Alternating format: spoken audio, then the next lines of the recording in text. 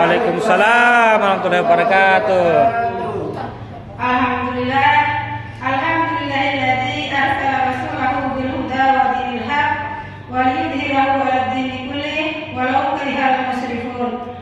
Asyhadu an la ilaha illallah wa asyhadu anna Muhammadan abduhu wa rasuluhu la nabiyya ba'dah.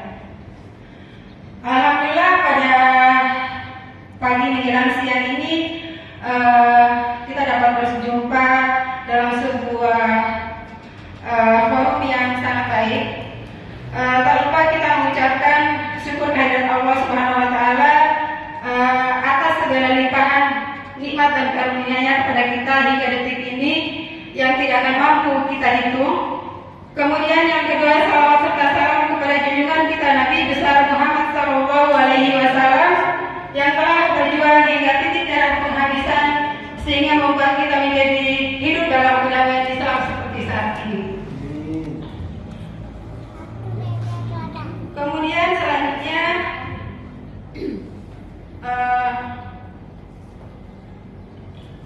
kegiatan kita pada hari ini adalah aksi nyata. Aksi nyata menyebarkan pemahaman tentang budaya positif di sekolah sebagai bagian dari proses pendidikan guru penggerak angkatan 11 yang nantinya akan disampaikan oleh Ibu Kartini.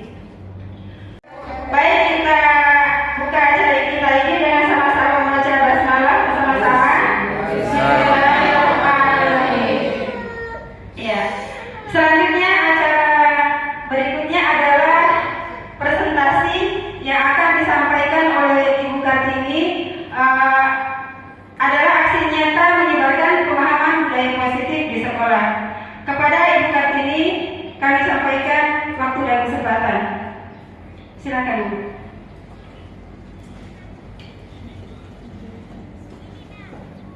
Baik, terima kasih banyak Ibu Juliani atas kesediaannya. Bismillahirrahmanirrahim. Assalamualaikum warahmatullahi wabarakatuh. Waalaikumsalam warahmatullahi wabarakatuh. Baik, semangat sekali rupanya sebelum kita mulai materi kita ini, kita baiknya ice breaking dulu ya. Baik, di sini saya sudah menyiapkan ice breaking. Ya, tepuk 1, 2, 3. Ya, jadi tepuk 1, 2, 3 ini di situ sudah jelas ya. Coba tepuk 1. Kamu coba tepuk sebentar. Silakan tepuk 1.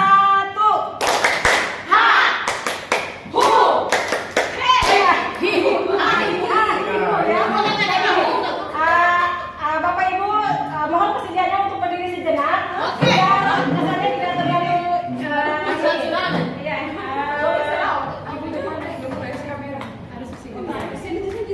rame, maksudnya bergabung sama teman-teman. Ayo, Ya, di sini cluenya atau caranya. Tepuk ini tugasnya tujuannya untuk membuat Bapak Ibu jadi lebih fresh lagi untuk menerima materi yang saya akan jabarkan beberapa menit ke depan. Nah, jadi cluenya caranya dulu ketika saya bilang tepuk 1, yang ke kanan ya. Kemudian tepuk 2, kiri ya. Tepuk 3, di depan. Seperti itu Bapak Ibu ya. Bisa ngerti atau kita langsung mulai ya? Oke. Satu itu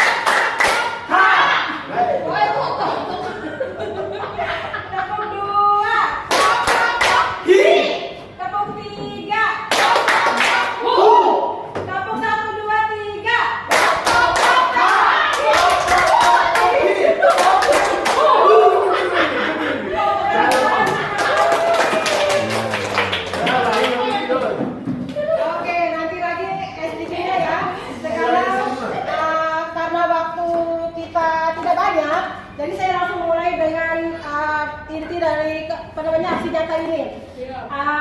Saya minta satu orang untuk membaca yang di depan ini. Saya ya Ibu Nida, silakan. Menyebarkan pemahaman budaya positif. Iya, budaya positif. Bapak Ibu sering dengar tidak budaya positif itu apa sebenarnya? Melakukan kebiasaan yang positif. Melakukan kebiasaan yang positif. Baik, yang lain? Hampir sama Bu. Sama yang lain. Sudah ini. Iya, sesuatu yang sifatnya positif Bapak Ibu ya. Baik, terima kasih.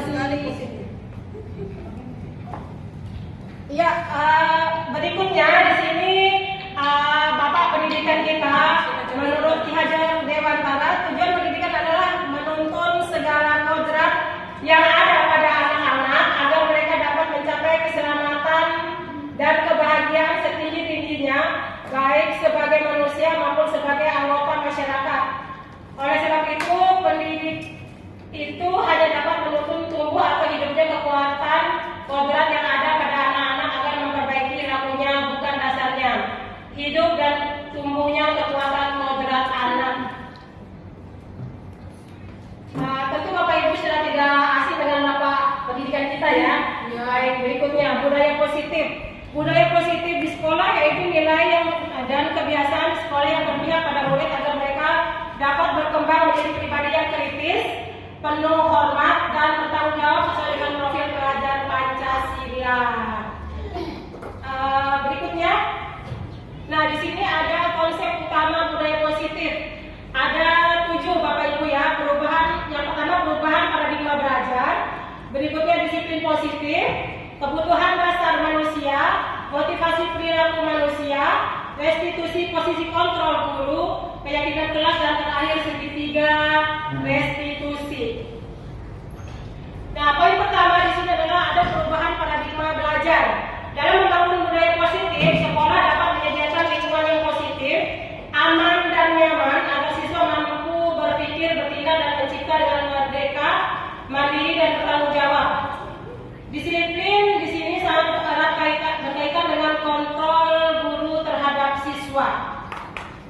Nah, di sini coba Bapak Ibu kita bisa memperhatikan situasi ini. Di situ ada seseorang yang bisa menjadi si A dan satu orang lagi menjadi si B. Di sini kondisinya tugas Anda adalah meletakkan salah satu tangan Anda dan coba bayangkan bahwa Anda menyimpan sesuatu yang sangat berharga di dalam kepala tangan Anda dan perlu menjaga benda tersebut sekuat tenaga Anda. Nah, berikutnya Anda perlu juga menjaga benda tersebut. Kemudian tugas si B adalah mencoba dengan segala cara membuka kepala tangan tersebut. Boleh dengan cara membujuk, boleh dengan cara biasanya kalau kita itu kalau ingin sesuatu dari orang lain, Bapak Ibu biasanya melakukannya dengan apa? Hanya membujuk saja atau bahkan bisa sampai mengintimidasi atau seperti apa? Membujuk, yang paling banyak membujuk. Ada yang sudah pernah melakukan hal yang sampai mengintimidasi atau menghardik? Tidak ya? Baik, ternyata berarti rata-rata masih dengan hati yang lapang walaupun tidak mendapatkan sesuatu yang baru. Berikutnya, perubahan paradigma teori kontrol atau ilusi kontrol dari Dr. William Glasser. Di sini ilusi guru mengontrol murid. Bapak Ibu di kelas pasti sering ya, seperti apa mengontrol murid itu agar bisa mengikuti apa yang kita harapkan atau apa yang kita inginkan. Nah, di sini ilusi yang kedua adalah bahwa kritik yang membuat orang merasa bersalah dapat menguatkan karakter. Bapak Ibu ada yang pernah nggak di sini membuat siswa Bapak Ibu merasa bersalah ketika dia melakukan sesuatu kekeliruan atau kesalahan? Ada? Iya, pasti ada ya. Kita selalu ada dalam posisi kontrol yang beraneka ragam dengan kondisi yang berbeda-beda ya. Ya, berikutnya ilusi bahwa orang dewasa memiliki hak untuk memaksa. Nah, sekarang Bapak Ibu sering tidak belajar kata disiplin? Sering ya. Jadi disiplin itu sebenarnya yang dalam benak Bapak Ibu atau yang sering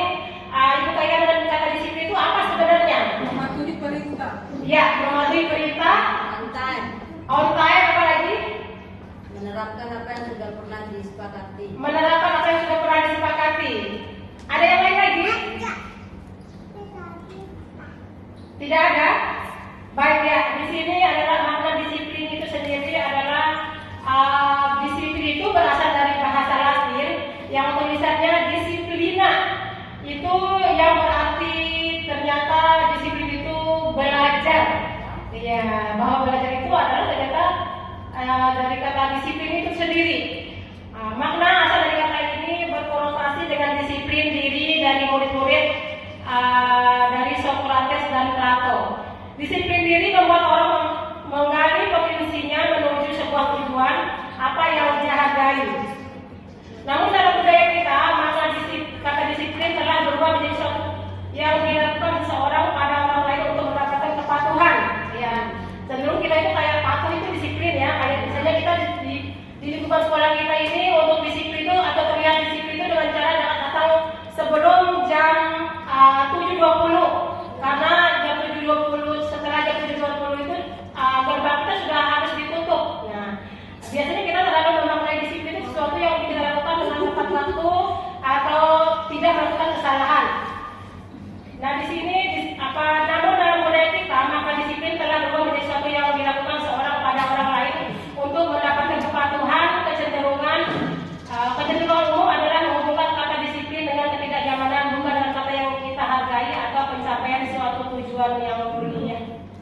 Nah, di sini adalah disiplin adalah kemampuan memerintah diri sendiri dalam mengontrol dan menguasai diri untuk memilih tindakan yang mengacu pada nilai-nilai yang kita hargai dengan penuh tanggung jawab tanpa berperintah orang lain. Nilai-nilai yang kita hargai adalah nilai kebajikan, sifat positif manusia yang merupakan tujuan mulia yang ingin dicapai setiap individu, yaitu nilai-nilai dalam profil pelajar Pancasila. Nah, di sini kebutuhan dasar manusia. Di sini realitas kebutuhan setiap orang berbeda-beda ya Bapak Ibu. Kita harus berusaha memahami pandangan orang lain tentang dunia. Setiap orang memiliki gambaran yang berbeda juga. Nah, di situ ada 4 kebutuhan dasar manusia. Di sini yang pertama adalah kesenangan. Bapak Ibu butuh nggak kesenangan itu dalam hidup Bapak? Butuh biar nggak Ya. Kemudian penguasaan itu butuh tidak? Penguasaan butuh. Berikutnya cinta, kasih atau itu gimana? Butuh sekali ya. Nah, sekarang kebebasan butuh. Ya, pada dasarnya semua kebutuhan dasar manusia itu kita harap atau kita ingin kita capai, kita dapatkan Bapak Ibu ya. Baik, saya pun demikian. Manusia itu memiliki banyak sekali kebutuhan sebenarnya. Pada dasarnya poin-poin keempat poin ini adalah bagian dari poin kebutuhan kita sebagai manusia. Nah, di sini saya ingin meminta salah satu rekan untuk membacakan satu kasus. Ada kira-kira yang mau membacakan satu kasus ini? Silakan, Ibu. Saya persilakan biar saya tidak terlalu monoton di saya ya. Ya, baca yang mana? Iya, baca yang di atas. Ini di kasus. Yang lain tolong menanggapi ya. Pakai mic atau dulu di sini? Pakai mic itu aja. Bu Ria, guru kelas 6 di SD Permai apa itu? Permai sedang bingung menghadapi ulah salah satu murid di kelas bernama Agus. Beberapa anak telah datang dan mengeluhkan Agus yang seringkali meminta bekal makan siang mereka dengan paksa. Jika Anda menghadapi situasi seperti Bu Ria, apa yang akan Anda lakukan? Menurut Anda, kira-kira apa alasan Agus melakukan hal itu? Baik, terima kasih banyak Ibu Ida Nuraya. Nah, sekarang kita tadi sudah membahas tentang kebutuhan dasar manusia ya. Salah satunya tadi itu ada kebebasan, ada rasa butuh dikasih atau dicintai. Berikutnya, ya. Nah, sekarang kira-kira yang dilakukan oleh si Agus ini apa kira-kira? Kebutuhan yang mana kira-kira yang ingin Agus dapatkan dari apa yang dia lakukan? Cinta dan perhatian. Cinta dan perhatian. Yang lain? Kasih sayang. Apa lagi? Kekuasaan. Ya. Yang lain lagi? Itu saja. Baik, di sini kalau situasinya adalah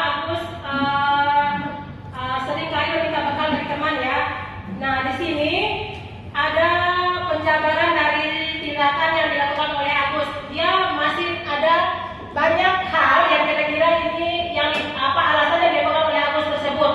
Salah satunya di situ ada survival, berikutnya love and belonging, kemudian power dan freedom dan fun. Banyak di antara anak kita ini melakukan hal-hal itu dengan alasannya masing-masing, Bapak Ibu ya.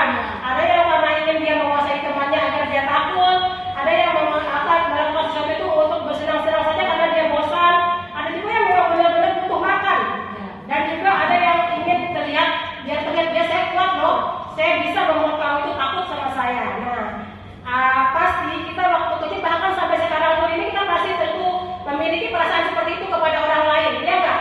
Iya kan? Saya harus hebat, atau saya kepingin disayangi sama teman saya ini, saya harus seperti apa? Membuat seseorang itu perhatian dengan apa yang kita lakukan atau tindakan yang kita lakukan ke lingkungan sosial kita. Nah, sekarang saya ingin bertanya, kebutuhan dasar manusia yang mana yang sering Bapak Ibu tunjukkan atau yang sering Bapak Ibu lakukan dalam kehidupan Bapak sehari-hari? Cinta dan kasih sayang. Siapa lagi yang lain? kebebasan, ya. Fun, ya. Semuanya banyak sekali ya. Rata-rata kita ini ingin semua kebutuhan kita itu terpenuhi. Ya manusiawi ya, karena kita ini sifatnya manusia itu ya egois. Ingin semua yang bagus-bagus itu untuk kita. Ingin semua yang enak-enak itu untuk kita. Tidak ingin sesuatu yang buruk terjadi pada kita. Betul tidak Bapak Ibu?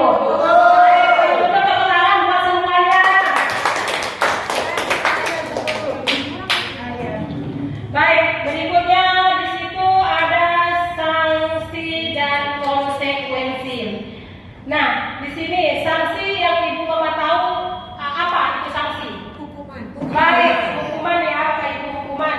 Hukuman itu sifatnya seperti apa sih? Tergantung. Tergantung.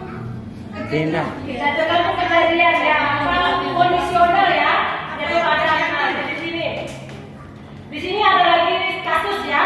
Coba kasus ini saya minta Pak Guru satu untuk membaca kasusnya. Pak Yuti,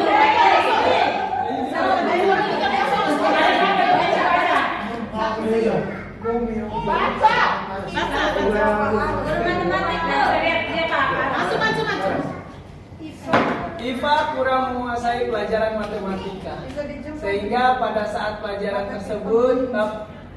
tersebut berlangsung, dia lebih banyak berdiam diri atau menggambar di buku pelajarannya. Pada saat guru matematikanya, Pak Seno, menanyakan pertanyaan, Iva menjadi gugup dan tak sengaja menjatuhkan tasnya dari kursi, serta tiba-tiba menjadi gagap pada saat berupaya menjawab.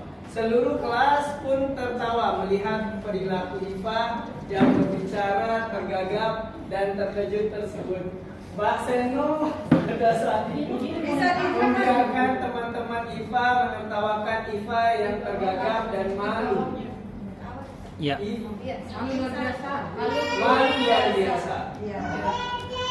Dan menahan minta Iva untuk maju ke depan dan berdiri di depan kelas sambil hidungnya menunjuk hidungnya karena tidak bisa menjawab pertanyaan Pak Seno. Kelas makin gaduh dan anak-anak pun tertawa melihat Iva di depan kelas menunjuk ujung hidungnya. Baik, di situ sudah jelas ya kasusnya. Di sini kira-kira apakah Anda setuju dengan tindakan Pak Seno terhadap Iva? Bapak Ibu setuju nggak kira-kira dari tindakan yang dilakukan oleh Pak Seno itu kepada muridnya si Iva ini? Kalau saya tidak setuju. Iya, Ibu Wati tidak setuju. Yang lain? Tidak setuju.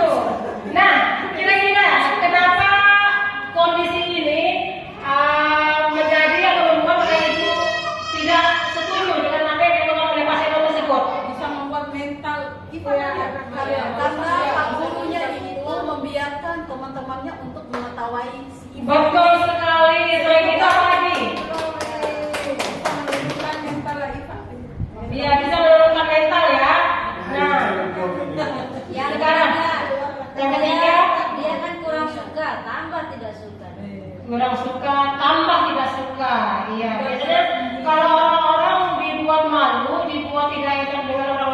dia memiliki rasa yang tidak enak, ya bahkan sampai membuat orang itu minder ya. Baik, berikutnya menurut Anda tindakan Pak Seno terhadap Iwa itu adalah sebuah hukuman atau konsekuensi?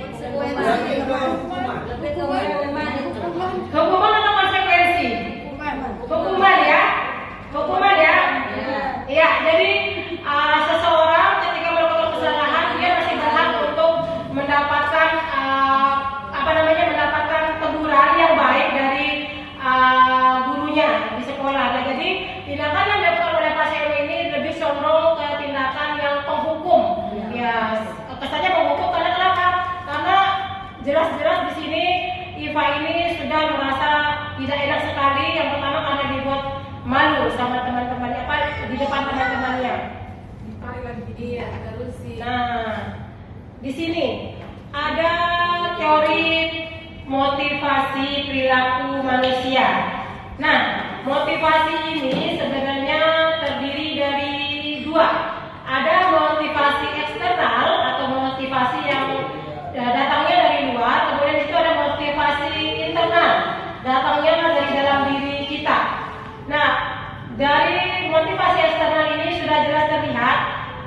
Biasanya kita melakukan sesuatu itu. Nah, sekarang saya ingin bertanya kepada Bapak Ibu datang sekolah ini, datang sebelum waktu gerbang ditutup itu sebenarnya ini motivasi eksternal atau motivasi internal dari Bapak Ibu? Jujur saja. Dari internal. Ada yang motivasinya motivasi eksternal?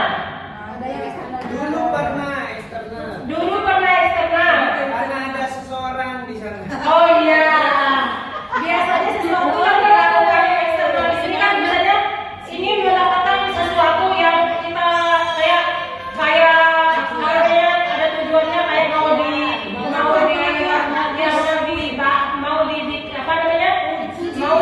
lagi, mau dipuji, mau mendapatkan hadiah, itu disebut dengan motivasi eksternal yang sebenarnya itu benar-benar bukan dari kita ya. Ada sesuatu, ada indikasi yang menunjukkan bahwa kita ini melakukan itu tidak semata-mata sesuatunya dari dalam. Nah, contoh, kita biasanya menggunakan helm berkendaraan itu biasanya motivasinya itu eksternal atau internal? Takut dirajia. Iya, itu kalau takut dirajia itu lebih condong ke eksternal ya, karena nanti itu dapat hukuman. Razia itu mengarah ke uang akan habis, kemudian kesal dengan bapak polisi yang suka membuat kita merasa tidak enak hatinya atau jengkel. Nah, itu adalah bagian dari motivasi eksternal. Karena kita melakukan itu kalau dengan terpaksa ya. Kita biasanya orang bima kalau untuk menggunakan helm itu hal yang sangat malas kali ya. Kayak kepala berat lah atau apalah yang tidak bisa berdaya gitu. Tidak bisa kelihatan. Nah, itu adalah bagian dari motivasi eksternal. Nah, di sini motivasi eksternal itu adalah untuk menghargai diri sendiri. Ya, benar-benar karena kalau kita mengucapkan, oh Bapak itu benar-benar dari kelihatan sebenarnya ya kita. Selain kita bisa merasakan dari diri kita ini motivasi kita itu internal atau eksternal, akan juga bisa dilihat oleh orang lain ya. Ini benar-benar nggak motivasinya untuk apa? Di lingkungan masyarakat atau di lingkungan sekolah itu kita tahu ada murid kita itu melakukan sesuatu itu motivasinya apa? Kebanyakan dari anak murid kita itu melakukan sesuatu itu motivasinya eksternal kalinya, karena takut pada gurunya, ingin mendapat nilai yang bagus dan lain sebagainya. Oke, sekarang kita berlatih Bapak Ibu ya. Berlatih di sini langsung ke kolom kedua. Coba bisa dibacakan? Bisa dibaca? Iya, bisa. Terlambat lagi karena terlambat. Iya, yang langsung di bawahnya Bu Vivi, yang bawah. Kedua. Lari mengelilingi lapangan coba. Lari mengelilingi lapangan. Membersihkan. Lari mengelilingi lapangan basket 2 kali karena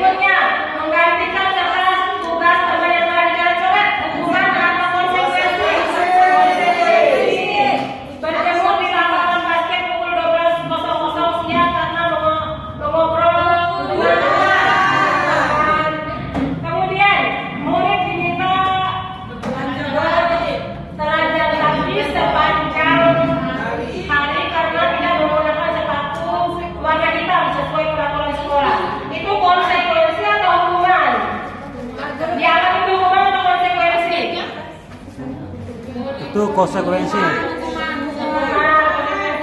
Berdiri di depan kelas sambil mengangkat kaki satu karena tidak hukuman. Ya, jadi sebelum saya membuka jawaban sebenarnya dari apa yang Ibu sudah simpan jawabannya tadi, nah sekarang hukuman itu tadi adalah sifatnya cenderung ke fisik ya, cenderung ke fisik ya, atau bahkan dengan verbal kita melakukan hukuman itu sendiri. Oke, sekarang saya akan menanyakan kira-kira ini dari jawaban Bapak Ibu sudah termasuk hukuman itu benar-benar atau konsekuensi. Kita buka ya sama-sama, baik. Ya, itu yang mana yang merasa dirinya sudah tepat? Iya. Ya, baik. Anda tentukan coretan yang dibuatnya di meja logis itu adalah bagian dari konsekuensi ya. Ada sesuatu yang tindakannya merusak itu akibatnya kayak kita harus mengganti atau memperbaikinya. Teman-teman yang mulia, Bapak Ibu semuanya masih. Oke, di sini. Nah, di sini restitusi posisi kontrol. Sekarang sebagai seorang guru, Bapak Ibu di sini bagian yang mana sebagai pendidik? Ada yang sebagai penghukum kah? Atau dominan sebagai pembawa merasa bersalah kah? Atau sebagai teman di kelas? Atau pemantau? Atau bahkan manajer? Teman. Ada yang pernah sebagai penghukum? Tidak pernah. Ada yang pernah membuat anak merasa bersalah? Polisi merasa bersalah? Pernah. Ada yang rata-rata sebagai teman atau sebagai apa ini yang paling banyak ini? Sebagai teman. Sebagai teman. Sebagai pemantau ada nggak? Hanya Pak Aras nih ada sebagai pemantau. Pemantau. Iya. Kita ini di negara lain. Oh, pemantau ya. Manajer juga ada. Sekarang manajer ada nggak? Iya. Jadi di sini dari kelima posisi kontrol guru ini adalah yang diharapkan sebenarnya adalah posisi kontrol sebagai manajer, yang di mana manajer ini memiliki kecenderungan atau kemampuan seorang pendidik itu untuk membuat situasi itu menjadi benar-benar netral, ya tidak dominan ya Bapak Ibu ya. Nah, terima kasih banyak sudah rata-rata guru kita berarti guru-guru hebat ya, bisa menjadi Oke. Anu tergantung sikon dan tempatnya. Baik, tergantung sikon dan tempatnya ya. Ini kondisional ya. Sesuatu kita lakukan itu sifatnya kondisional ya. Sifatnya kalau dia seperti ini saya kasih posisi kontrol saya itu sebagai apa dulu nih. Kalau dia begini saya posisi kontrolnya itu sebagai apa. Nah, pada kenyataannya yang diharapkan sebagai pendidik itu adalah sebagai posisi kontrol yang benar-benar diharapkan di sini adalah posisi kontrol sebagai manajer. Ya, yang sebenarnya. Tapi namanya juga manusia ya. Setiap posisi kontrol itu tidak munafik, kita selalu menggunakannya, kita acap kali menerapkannya di dalam kelas kepada peserta didik kita. Nah, di sini restitusi posisi kontrol guru. Dalam dunia pendidikan, restitusi merupakan metode pendisiplinan yang paling baik ya. Restitusi dapat diartikan sebagai upaya untuk memperbaiki kerugian atau kerusakan yang diakibatkan oleh tindakan siswa. Restitusi berfokus pada pemulihan dan tanggung jawab siswa dalam memperbaiki situasi. Ya, di sini ada beberapa tadi yang sudah disebutkan posisinya sebagai penghukum, kemudian sebagai merasa bersalah, kemudian sebagai teman, sebagai penata dan sebagai manajer. Nah, di sini kata-kata yang sering kita ucapkan untuk siswa kita ketika kita merasa tidak terpuaskan atau tidak senang atau nyaman ketika siswa melakukan hal-hal itu. Yang pertama di situ ada kata saya kecewa sekali dengan kamu. Ya, ini bagian dari model membuat orang merasa bersalah. Kecewa banget saya sama kamu. Ya, berikutnya kamu tidak benar-benar melakukannya. Ini ya, menghukum ya. Cara-cara komike seperti itu ya. Ya, kalau kita selalu memasukkan bahasa daerah kita, bahasa ibu kita ketika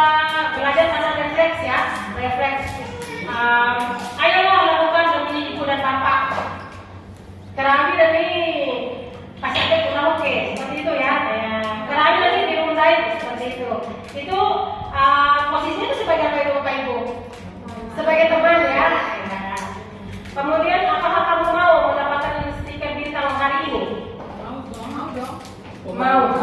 Iya. Ini mau dipantau, ini sudah benar saya dapatkan kasih kamu sedikit bintang nanti. Berikutnya, bagaimana kamu bisa menyelesaikan masalahmu ini? Iya, Bapak itu pasti memiliki anak didik yang dengan masalahnya itu berbanyak ragam ya.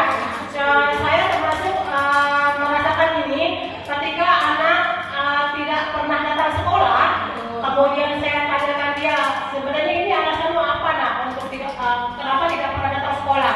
Mereka pasti punya alasannya masing-masing dengan kondisinya masing-masing, dengan keadaannya masing-masing. Ada yang di rumahnya tidak datang sekolah karena kita di gerbang itu sudah ditutup jam 10. Sementara anak datang dari sekolah, dari rumahnya menuju sekolah jalan kaki yang sekitar SMA Tuhan ini, dia setelah saya tanya-tanya alasannya itu karena dia pertama terlambat bangun, kemudian kadang walaupun cepat bangun karena jalan dari rumah ke sekolah dia akhirnya sampai di sekolah gerbang ditutup, hasilnya mereka atau dia tidak bisa hadir di sekolah. Nah berikutnya penghukum berapa kali ya? Iya, berikutnya di sini katanya sudah lewat Bapak Ibu ya. Nah di sini keyakinan kelas. Ada Bapak Ibu yang sudah pernah membuat keyakinan kelas atau hanya membuat kesepakatan kelas saja? Kesepakatan kelas. Ya, keyakinan kelas adalah nilai-nilai kebajikan atau prinsip-prinsip universal yang disepakati bersama secara universal. Universal di sini artinya secara menyeluruh ya, secara mendunia. Lepas dari perbedaan agama, suku, negara, dan bahasa, di sini menurut dosen, suatu keyakinan akan lebih memotivasi seseorang dari dalam intrinsik seseorang akan lebih bersemangat dan menjalankan keyakinannya daripada hanya sekedar mengikuti peraturan. Nah, di sini kalau sudah yakin suatu itu kayak misalnya kalau berkendara menggunakan helm itu kalau kita benar-benar yakin untuk keselamatan itu kita pasti meyakini bahwa menggunakan helm ini memang saya lakukan karena ini tujuannya untuk menjaga keselamatan saya. Ya seperti itu. Itu yang disebut keyakinan. Kayak misalnya obat ini saya harus minum karena saya yakin ketika minum obat ini saya akan sehat, saya akan kuat. Seperti itu ya. Nah, di sini budaya positif. Budaya positif itu isinya di dalam situ ada lingkungannya yang positif, kemudian dibarengi dengan keyakinan kelas dan juga peraturan kelas. Bapak Ibu, saya ingin bertanya, keyakinan kelas sama peraturan kelas itu sama tidak? Kesepakatan kelas. Keyakinan jauh lebih kompleks ketimbang kesepakatan. Kesepakatan ya. Terima kasih ya teman-teman untuk kelas. Ya lebih sifatnya dari dalam hati ya kalau keyakinan itu. Nah di sini ada contoh penjabaran yang mana bagian dari peraturan, kemudian yang mana penjabaran dari keyakinan kelas itu sendiri. Bapak Ibu, saya minta kubu sebelah sini untuk membaca peraturannya, sebelah sini untuk membaca keyakinannya. Kita mulai dari Ibu Syarina. Iya, terima kasih sudah kesediaannya.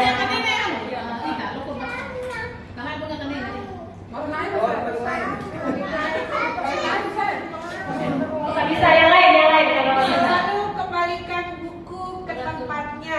Iya, selalu kembalikan buku ke tempatnya. Berikutnya, Dilarang mengganggu orang lain.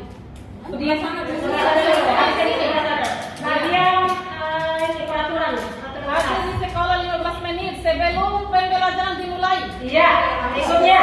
Dilarang melakukan kekerasan. Dilarang melakukan kekerasan. Berikutnya. Dilarang menggunakan narkoba. Dilarang melakukan narkoba. Pergantian atau menunggu giliran. Pergantian atau menunggu giliran. Gunakan masker. Gunakan masker. Jangan berlari ke belakang. Iya, jangan itu adalah bagian dari peraturan kelas ya. Berikutnya kita pindah ke keyakinan lagi sekarang. Tanggung jawab. Tanggung jawab. Berikutnya. Menghormati orang lain dan diri sendiri. Iya. Menghormati orang lain, komitmen pada tujuan atau berkomitmen. Keselamatan menghormati orang lain. Iya betul. Berikutnya Menghormati orang lain, kesabaran, kesehatan, dan keselamatan. Keselamatan Dan keamanan. iya, di situ itu dia sebenarnya itu berpasangan Bapak Ibu ya. Iya, kalau katanya yang bagian dari peraturan itu yang mana, yang bagian dari keyakinan itu yang mana. Iya. Kalau keyakinan itu sifatnya dari dalam diri ya, kayak benar-benar ini nih untuk saya atau bagus untuk saya, walaupun sebenarnya peraturan itu untuk kita. Ya, kita sebagai manusia itu manusiawi juga. Ketika kita melakukan sesuatu itu dengan atas dasar motivasi yang berbeda-beda ya. Beda orang, beda motivasinya, atau beda keadaan, beda juga motivasinya. Benar Bapak Ibu? Betul. Terima kasih banyak ya. Nah, pembentukan keyakinan kelas di sini. Keyakinan kelas ini dibentuk dengan kelas yang bersifat lebih abstrak daripada peraturan yang lebih rinci dan konkret. Nah, jadi dia itu kayak keyakinan itu dia tidak terlihat ya, kayak dari dalam diri aja gitu. Kalau sedangkan peraturan atau apa namanya peraturan itu dia sifatnya kelihatan gitu, nampak ya. Seperti yang dilakukan oleh kelas itu dia nampak kalau peraturan itu. Berikutnya keyakinan kelas berupa pernyataan yang universal. Pernyataan keyakinan kelas dibuat dalam bentuk positif tentunya. Keyakinan kelas hendaknya tidak terlalu banyak sehingga mudah diingat atau dipahami. Keyakinan kelas sebaik keyakinannya sesuatu yang dapat diterapkan di lingkungan tersebut. Semua warga kelas ikut berkontribusi dalam pembuatan keyakinan kelas lewat kegiatan curah pendapat. Nah, jadi ketika kita akan membuat keyakinan kelas itu, kita tidak serta-merta hanya satu orang yang membuatnya. Tentu saja kita akan menanyakan semuanya. Menurut kamu keyakinan kelas yang kamu buat itu yang seperti apa maunya? Yang bagaimana? Ya, intinya itu kayak sesuatu itu kita rembuk dulu, baru nantinya itu kita jadikan itu sebagai keyakinan kita bersama-sama. Nah, dari setelah itu kalau sudah yakin itu kita pasti berpikir tidak akan melakukan kesalahan itu terjadi, karena ini benar-benar dari dalam diri kita, sesuatu yang muncul dari diri kita. Jadi benar-benar kita yakin bahwa sesuatu yang akan kita lakukan itu, sesuatu yang kita yakini itu baik, akan berdampak baik pula untuk kita nantinya. Nah, di sini adalah contoh dari keyakinan kelas tersebut. Tadi saling peduli, kemudian menghargai dan membantu satu sama lain. Itu karena kita merasa di dalam diri kita itu ada kiri kanan, ada baik, ada tidak baiknya, pasti ya. Manusia itu ada sisi plusnya, ada minusnya, itu pasti ya. Nah, tepat waktu dan aktif di kelas. Berikutnya kerjasama menjadi kebersihan di kelas, menghormati dan menghargai diri sendiri dan orang lain. Nah, di sini kalau kita tidak ingin, contoh di sini, kita tidak ingin orang lain melakukan hal yang tidak baik kepada kita, tentu kita tidak akan melakukan hal tidak baik itu ke tempat kita yang lain. Kita ingin orang lain melakukan hal yang kita harapkan orang lain lakukan kepada kita, tentu. Iya Bapak Ibu. Ya, dan kita ingin orang lain baik kepada kita, tentu kita terlebih dahulu untuk menunjukkan kebaikan atau hal positif kepada orang lain. Ibarat kata menabur benih kebaikan itu tentu akan mendapatkan hasil yang baik, walaupun terkadang ujian itu pasti akan menerpa. Kita sudah baik, orang tidak baik itu manusia ya. Tempatnya manusia itu tempatnya salah dan dosa atau hilaf. Nah, keyakinan kelas yang berikutnya. Nah, di sini kita masuk di segitiga restitusi. Ada yang pernah mendengar kata segitiga? Sering ya? Segitiga. Restitusi sudah pernah tidak ada kata restitusi itu? Sudah. Iya. Nah, di sini penjelasan atau definisi dari segitiga restitusi itu adalah proses menciptakan kondisi bagi murid untuk memperbaiki kesalahan mereka. Ya, jadi ketika murid melakukan kesalahan itu, kita memberikan mereka kesempatan untuk memperbaikinya. Ya. Sehingga mereka bisa kembali pada kelompok mereka dengan karakter yang lebih kuat melalui restitusi guru. Nah, di sini beberapa hal yang dilakukan ketika restitusi. Berikutnya membantu murid menjadi lebih memiliki tujuan. Nah, di sini itu tujuan kita biasanya kalau siswa kita itu pasti menanyakan tujuan kamu datang sekolah ini apa sebenarnya, nak? Ya. Apakah tujuannya hanya sekedar datang mengumpulkan tanggung jawab sebagai seorang benar-benar ingin mendapatkan hal positif untuk kesuksesan ke depan atau untuk bekal masa depan kita nanti. Nah, di sini disiplin positif serta memulihkan diri setelah berbuat kesalahan. Nah, di sini ini kembali lagi ke tadi 5 posisi kontrol dulu tadi itu ya, yang tujuannya yang bagian yang mana kira-kira yang ini? Yang manajer, ya, membantu murid untuk jujur pada diri sendiri dan mengevaluasi dampak dari kesalahan yang dilakukan. Berikutnya memberikan penawaran atau bukan paksaan. Nah, contoh misalnya begini, anak contoh anak kita ini terlambat.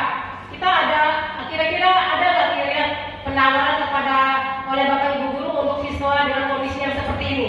Pasti ada ya. Nah, kira-kira untuk membuat kamu tidak terlambat lagi, kira-kira kamu harus apa nanti di rumahmu? Ya, dengan kondisimu yang tadi karena terlambat itu. Guru BK. Iya, guru BK bisa. Apalagi? Sekarang ditolakkan OI nama. Iya. Baik, di sini adalah model segitiga institusi itu sendiri ya. Bapak Ibu bisa baca tidak tulisan yang ada di segitiga di dalam situ? Validasi tindakan yang salah. Berikutnya di bawah.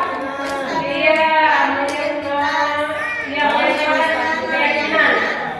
Di situ di bagian-bagian itu ada beberapa kalimat contoh. Nah, sekarang saya minta bagian yang paling dasar dulu, yang paling bawah dulu, yang menstabilkan identitas siswa yang tadi melakukan kesalahan. Di situ ada kalimat apa yang bisa kita ucapkan untuk menunjukkan atau membuat mereka itu memiliki kestabilan dari identitas yang melakukan kesalahan itu. Ada kata apa Bapak Ibu? Nah, setiap orang pasti pernah melakukan kesalahan. Kamu ini Iya. apa? Iya, dan di sini kamu bukan satu-satunya yang pernah melakukan kesalahan. Jadi sesuatu ini kayak menstabilkan identitas ini kayak semua itu pernah melakukan kesalahan. Jadi it's fine, it's okay. Ya, salah itu hal yang wajar, hal yang bisa diterima. Nanti kan tentu akan bisa diperbaiki. Berikutnya di situ ada validasi tindakan yang salah. Apa di situ kalimatnya validasi tindakan yang salah? Kamu tentu punya alasan melakukan hal itu. Ya, adakah cara yang lebih efektif untuk mendapatkan apa yang kamu butuhkan? Nah, di sini adalah validasi tindakan yang salah. Kayak sesalah itu biasanya tuh ada di sini posisinya itu anak itu tidak benar-benar melakukan kesalahan, walaupun dia melakukan kesalahan ya. Jadi posisi guru di sini itu benar-benar sebagai manajer yang dimana anak-anak itu walaupun dia melakukan kesalahan tidak merasa dibenci, tidak merasa dihakimi ya. Karena posisinya itu benar-benar posisi kita itu netral atau benar-benar anak itu merasa dirangkul oleh kita. Nah, terakhir di situ ada menyatakan keyakinan, nilainya yang telah disepakati, menanyakan keyakinan siswa tersebut. Nah, kamu ingin menjadi orang yang seperti apa nanti itu nak? Ya, tentu anak-anak kita pasti akan menjawab jadi orang yang baik kan, Bapak Ibu. Walaupun kita ini melakukan banyak sekali kesalahan, kita harapkan dari diri kita itu ingin menjadi orang yang baik. Betul tidak? Betul sekali. Bahkan mereka yang selalu melakukan kesalahan terus-menerus secara kontinu itu tidak ingin menjadi orang yang baik ke depannya. Nah, dengan juga benar sekali. Ya, menstabilkan identitas. Berbuat salah itu tidak apa-apa, tidak ada manusia yang sempurna. Saya juga pernah kok melakukan kesalahan itu. Itu cara kita untuk membuat orang itu merasa kita rangkul, mereka membuat mereka itu nyaman dengan kita ya. Pada dasarnya tujuan kita itu menjadi orang baik, walaupun di dalam perjalanan menuju baik itu kita acap kali melakukan hal-hal yang sedikit menyeleweng atau menyimpang Bapak Ibu ya. Oke, validasi tindakan yang salah, memvalidkan sesuatu yang sudah salah. Di sini kamu pasti punya alasan kayak tadi Bapak Ibu ya, kamu patut bangga pada dirimu sendiri karena kamu telah melindungi sesuatu yang penting dan sesuatu yang penting buatmu. Nah, setiap orang melakukan kesalahan atau hal yang fatal itu tentu memiliki alasannya masing-masing. Ya. Nah, menanyakan keyakinannya. Nah, dari situ apa yang kita pelajari sebagai kelas atau keluarga, apa nilai-nilai yang kita telah sepakati. Nah, jadi di sini posisinya itu kita karena tadi sudah membuat keyakinan kelas, sebenarnya kita sebagai guru itu tidak hanya membuatnya dalam bentuk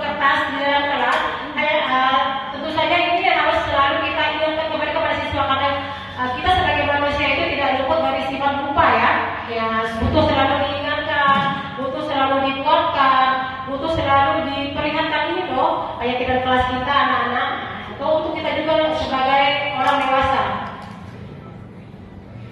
Nah, di sini nampaknya modul atau penerapan budaya positif ini sudah sampai situ Bapak Ibu. Jadi tadi sudah ada 7 tahapan kita Bapak Ibu ya, 7 yang sudah kita lalui sama-sama. Sekali lagi boleh kita berdiri lagi untuk sama-sama refresh ya. Nah, sekarang saya minta Bapak Ibu untuk sebelah sini berbundar di sini. Bapak Ibu bundar, ini sebelah ini berbundar lagi ya Bapak Ibu. Ya. Bundar, berikan ya. Saya ini pegangan tangan. Pegang saya, pegang. Ayo kita buka apa? Ya, sabar, siap, oke. Atas nama Bapak ini segala. Sebelum kita boleh belajar, kita boleh belajar lagu ya. Judulnya di sini senang.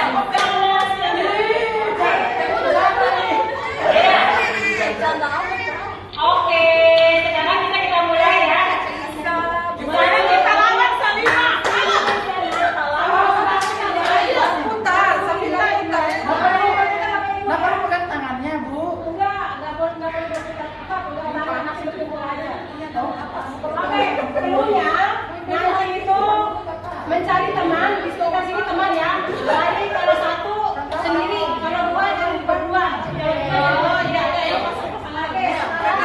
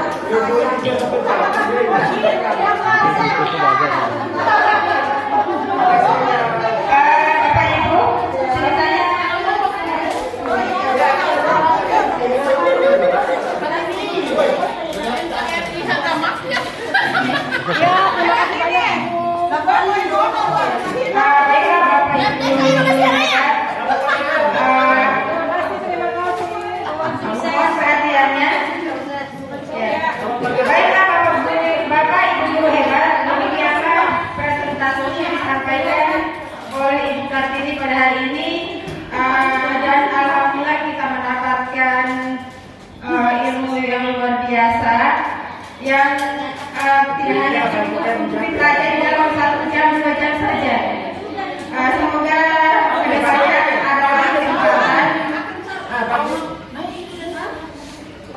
bagi kita untuk bisa menggali lebih dalam lagi agar lebih memahami lagi materi ini untuk kita terapkan dalam menciptakan budaya positif di sekolah kita. Selanjutnya saya buka sesi tanya jawab.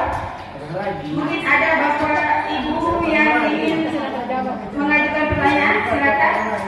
Sudah semuanya sudah jelas. Sudah jelas.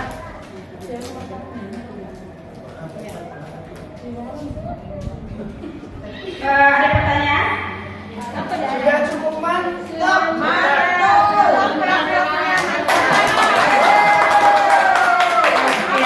You are the best. Thank you.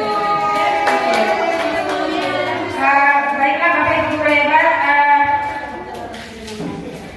saya rasa, saya ingin harapan saya bahwa apa yang kita pelajari hari ini bukan hanya berada pada tataran materi penyampaian materi saja yang hanya pada berhenti sampai di sini, tapi akan kita terapkan di sekolah kita masing-masing, terutama apalagi materi segitiga institusinya itu sangat bagus kita terapkan pada siswa-siswa yang biasanya mengalami persoalan, masalah yang berkasus gitu ya, misalkan yang terlambat datang sekolah. Nah tentunya untuk bisa menerapkan ini nanti bisa lebih mendalami lagi materinya, atau bahkan ya sudah pernah kita lakukan selama ini, hanya saja mungkin tidak tahu bahwa itu adalah sebuah pendekatan segitiga institusi. Ya. Dan penerapan budaya positif ini harus dimulai dari diri kita masing-masing. Ya, dan sesuai dengan apa yang selalu dicanangkan oleh sekolah kita selama ini. Jujur ya Bapak Ibu, setelah saya mendalami pendidikan guru penggerak ini, saya sadar bahwa apa yang selama ini yang coba diterapkan oleh pimpinan kita itu memang benar-benar ilmu dari sini. Gitu. Misalkan kemarin ada siswa itu yang melakukan perusakan fasilitas sekolah, misalnya merusak kursi, maka mereka tidak diberikan hukuman, akan tetapi diberikan konsekuensi. Misalnya mereka memperbaiki kursi yang sudah mereka rusak, dan itu mereka datang bersama dengan orang tua mereka untuk memperbaiki fasilitas sekolah tersebut. Dan masih banyak lagi hal yang lain yang tentunya kita nanti bisa lebih banyak berdiskusi setelah ini. Demikian acara kita pada hari ini, karena waktu azan sudah mau berkumandang. Demikian acara kita pada hari ini, kita tutup dengan sama-sama membaca hamdalah. Alhamdulillahirabbil alamin. Wabillahi taufiq wal hidayah. Wassalamualaikum warahmatullahi wabarakatuh. Guru penggerak.